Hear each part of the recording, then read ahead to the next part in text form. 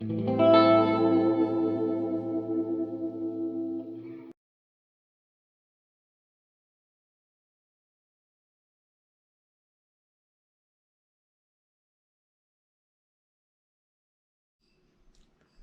morning.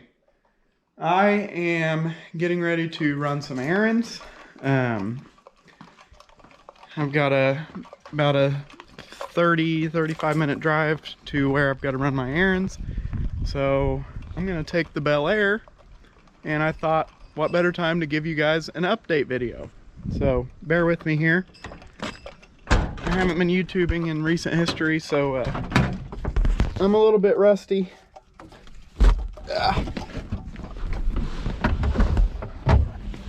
Okay, so the Bel Air has not been on the channel for quite a while. Unfortunately, I got the engine hot and spun a bearing and had to put the car in storage and shop for an engine. Okay, we're back in action. I don't know if the camera will recover the footage up to whenever it shut off because the battery died. Oh, GoPros are frustrating. Anyway, the Bel Air has not been on the channel since Brett and I went to that cruise night in Greenup, and that was like over a year ago.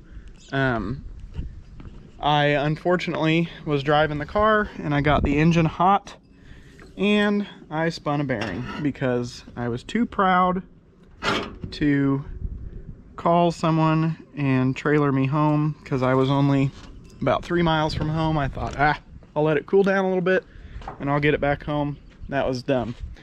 I could have saved the engine if I had just stopped immediately and gotten a tow, but that's one of those hard lessons learned in life. So I'm gonna get it started up here.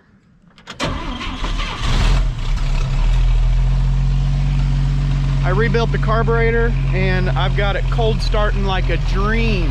It got down to like 40 last night. Yesterday I drove it to and from work, and man, it runs good when it's cold. I'll adjust that choke a little bit. I'm gonna let it sit and warm up, and I'm gonna go get my coat and my hat and my gloves because it still doesn't have a driver's side window. And then we'll get on the road.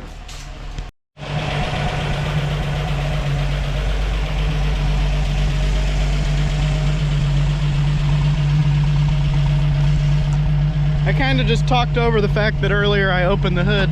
I just wanted to check the oil. It had been a little while since I checked it. Just doing my diligence, and you know, don't want to ruin another engine. I'm gonna get the camera set up on the window and we'll get rolling, and I'll start talking to you guys. Okay, we're live. The clutch pedal and the brake pedal both squeak terribly. The clutch is the worst. Really hope I don't make you guys' eardrums bleed.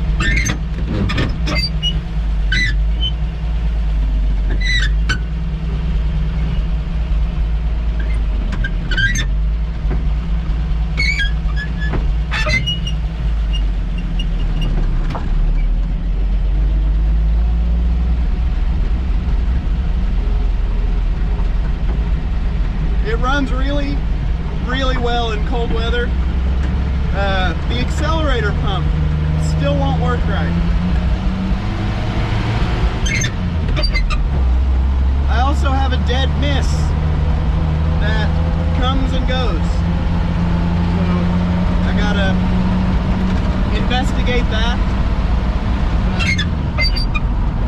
I'm pretty happy with it for the most part. Really hoping the camera doesn't fall. We'll see. So, after the last time you guys saw the car, I got it hot, spun a bearing, already told you about that, put it in storage, and started kind of planning on, well, what am I going to swap into it? I thought for sure I wanted to do a V8 swap. And I got to looking around and come to find out that doing a V8 swap is not so simple.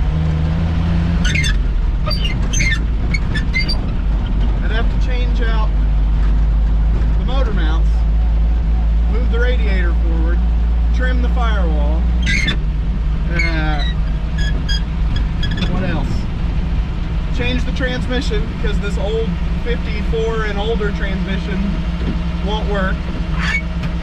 I'd have to change the drive shaft to an open drive shaft, change the rear end to open drive shaft style rear end. It basically just was going to be more than I wanted to do because I wanted to just get the car back on the road nice and easy and not have a whole build, you know.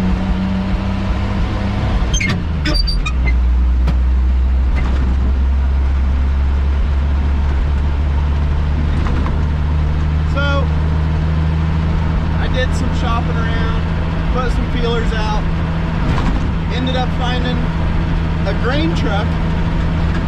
A guy said, if anybody can get it out of my yard, you can have it. Had a 292 straight 6 in it. So I was like, heck yeah. So I'll show you that footage now.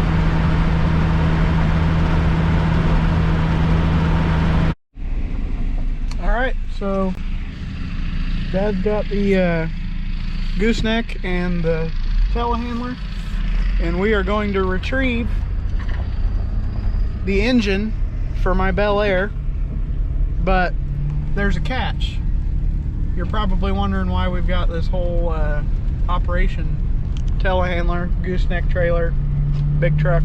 Seems a little overkill for an engine, right? Well, the engine is in a grain truck, and this guy wants it out of his yard because he's tired of looking at it.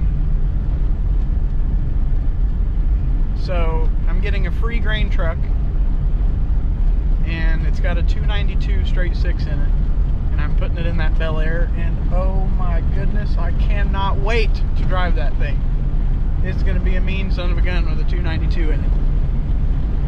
So I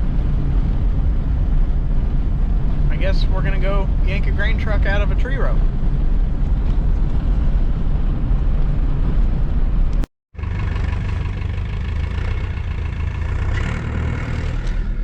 Alright, so we got to go back into the tree row there. The truck is right there, basically at the end of the tree row.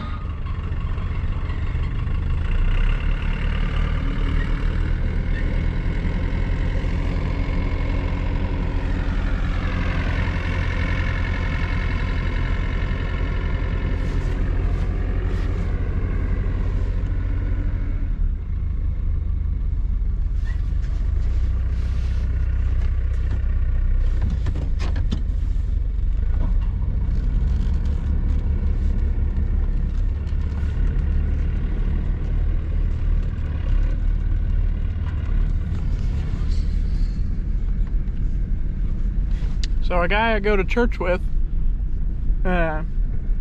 put me on the trail of this thing. He said that him and his cousin came out here and tried to yank the truck out with a pickup, and it's the rear brakes, or one of the rear brakes at least, on this grain truck is locked up, so it doesn't budge.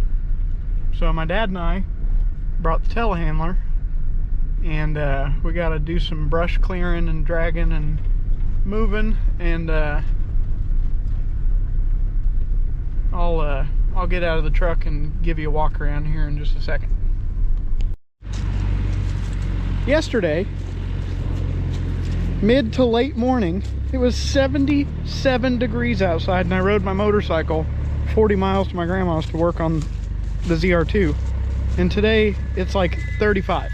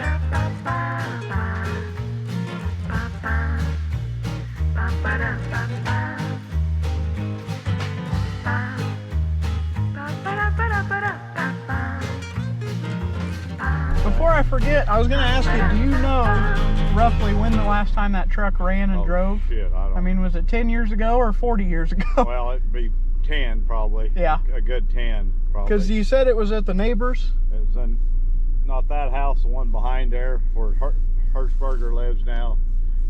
Yeah, John Poston had it at one time. He built a new house back there. Yeah. And I don't know what he used it for, if he hauled stuff in it or rock or whatever he used it for. But that's all I can tell you. And So, it sat over there for a long time in his yard, and then he rented his house out. And the people renting the house got tired of looking at it, whatever reason. That's when they brought it here. But and the back, like I said, that back brake locked up is. So that's all I know about it. Really. Yeah. Well, if it's only been about 10 years, then it shouldn't be too bad. Well, good luck. I hope it isn't. I hope it will run and use some parts anyway off of it. Oh yeah, it'll definitely, every bit of it's going to get used. Yeah. My dad's probably going to use the back half of it for a trailer, like a dump trailer. Oh yeah, okay. And yep, it'll definitely get well used. Okay. All right. Thanks again, Steve.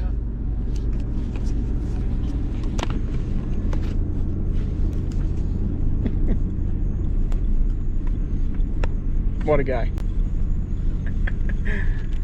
I just got to thinking, my dad's cab on his 68 GMC is all rusted out.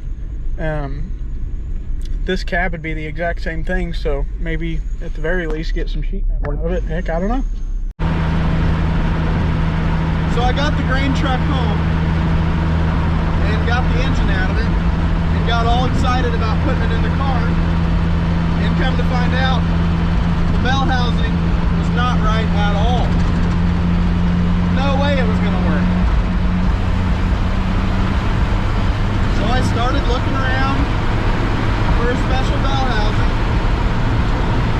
I was almost certain I found one on eBay. I bought it, got it home, went to bolt it up to the engine, not even close to being correct. Back to the drawing board I went.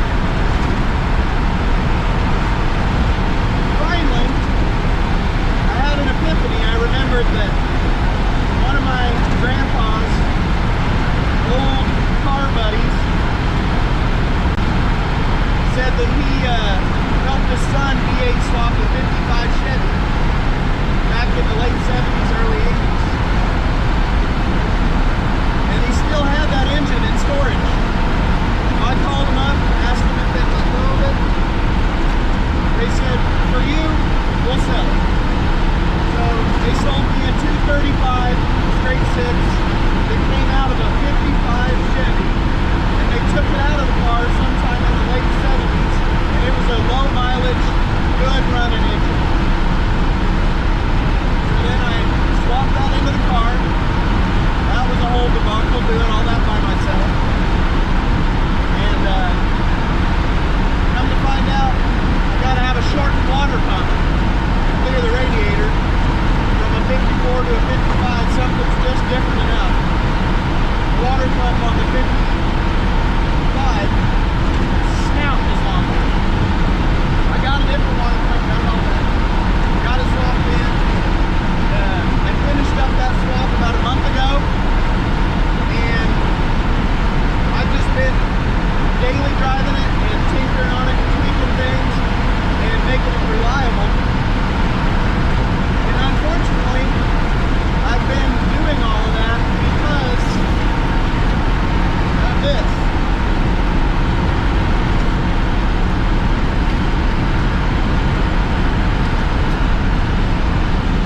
So I recently bought a 31 Model A Ford two-door, and now I've got all my money tied up in cars, so I can't afford to buy some of the parts that the Model A needs and work on. I've just got too many vehicles in the fleet, unfortunately. So I have to let one go, and unfortunately, the Bel Air is the one that is leaving the fleet. So I have it listed for sale. I'm really sad about it, but it's going to make somebody an awesome running, driving hot rod project or something, or it could be fully restored.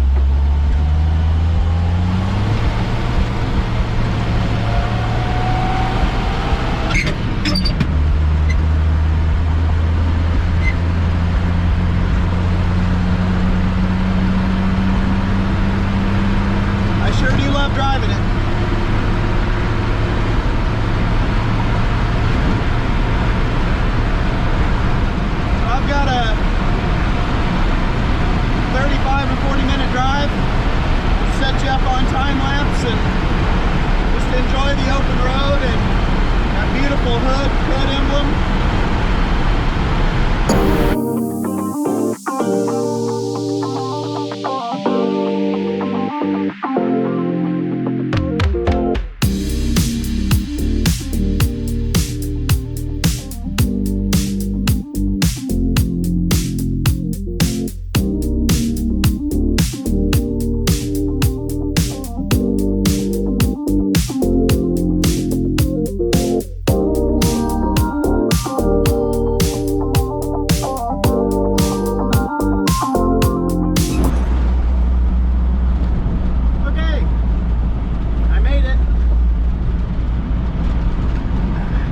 The footage from the time lapse is okay. My GoPro mount sucks, so it might be shaky and unusable.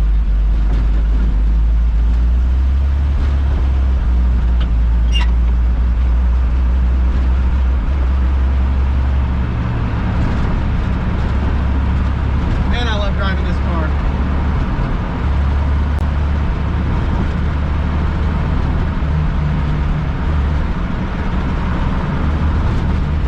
Turns a lot of heads. I don't know if it's the massive rust holes in it, the bullet holes in the windows, and half of one of the windows being missing, the headliner hanging down and making it look like the car's full of little ghosts, or it could be that people are looking at it because it's freaking awesome.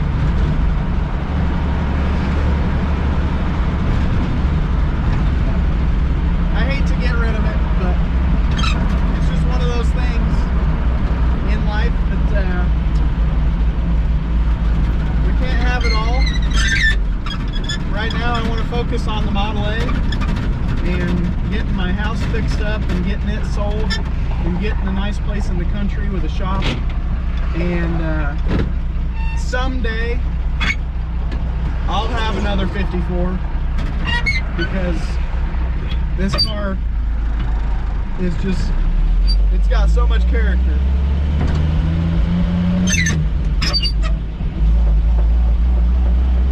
And who knows? Maybe no one ever buys it. And I just have to keep it and figure out my financials another way. You just never know. I'm not beyond that being possible because I know what price I want for it, and I'm not going to lose my rear end on this car because I did the stainless gas tank and the brake master cylinder and went through all the brakes and the bearings and everything with my buddies in my car club and put a different engine in it. And I mean, it's daily driver quality. You can tell because I'm daily driving it. So I'm not going to sell it for next to nothing. So I've made it to my first errand, and catch up with you guys later. Okay, just got my groceries at the Walmart, and now we'll go 30-35 minutes back home. And assuming we make it back home, I'll call this a successful furthest I have driven this car since I got the new engine in it.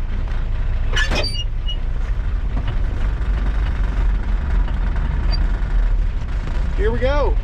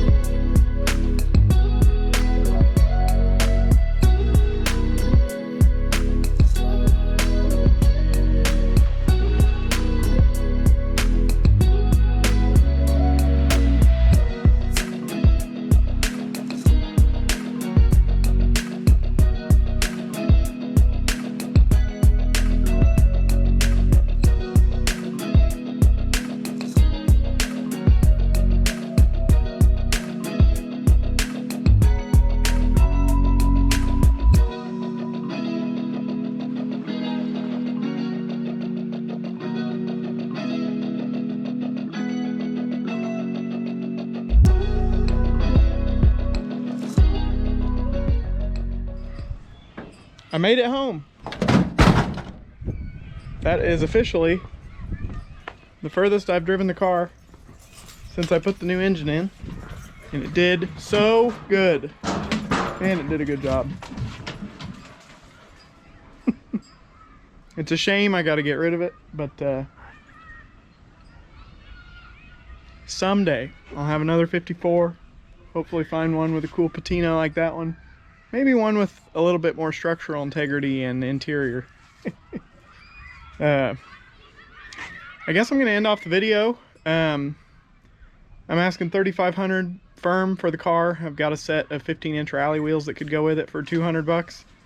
It comes with 2 totes full of parts, so many parts, all the bows for the headliner, a new driver's window, a new passenger window in the box, a little bit of everything. Running, driving project, and it's got a cool look to it. So, Tucker, tell them thank you for watching. Thank you for watching.